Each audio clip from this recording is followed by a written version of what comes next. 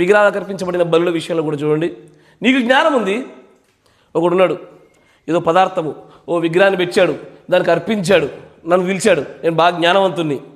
నేను అంటాను ఇది దేవుడి చేత తయారు చేయబడిన ఆహారం, ఇది తీసుకెళ్ళి ఎవడో వాడు విగ్రహం దగ్గర పెట్టేంత మాత్రాన దీని యొక్క సృష్టికర్త యొక్క యోగ్యత వాడికి రాదు, మన దేవుడిదే ఉంటుంది, ప్రార్థన చేసుకొని తింటా అని తిన్నా.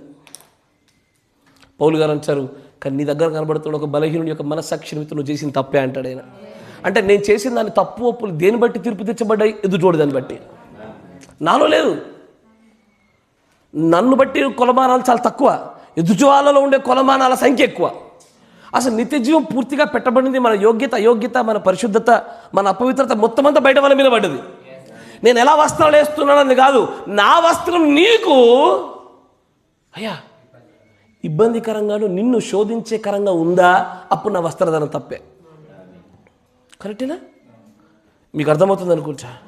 నా వస్త్రధారణ మీలో ఏ ఒక్కరికి శోధనకరంగా లేదా, నేను బతికిపోతా. ఉందా? పొరపాటే. ఇప్పుడు నా తప్పెక్కడుంది? నా పొరపాటు ఎక్కడ కనబడుతుంది? తీసుకెళ్ళి ఎదుటి వ్యక్తిలో పెట్టేశాడు ఆయన. ఆ తీర్పును కొలిచే కొలత ఎదుటి వ్యక్తిలో ఉంచాడు. నిత్య జీవపు మార్గం అంతయు కూడా తీసుకెళ్ళి అక్కడ పెట్టి చివరికి అయ్యో నాకు దేవుడు అంటే పిచ్చి భక్తి, నేను దేవుని కోసం చచ్చిపోతా, నాకు దేవుని కోసం ఏదైనా చేస్తా అని అంచివి నువ్వు. కానీ దేవుడు తీసుకెళ్ళేమన్నాడు, ఈ నా చిన్నవారిలో ఒకటి చేస్తే నాకు చేసినట్టు అన్నాడు. ఓరి ఆయనకు చేస్తున్నామన్న చెప్పే సెక్షన్ను కూడా తీసుకెళ్ళి ఎదురు దాంట్లో పెట్టేశాడు ఆయన. అంటే నువ్వు ఒకటితో అసభ్యంగా మాట్లాడితే దేవునితో మాట్లాడినట్టే.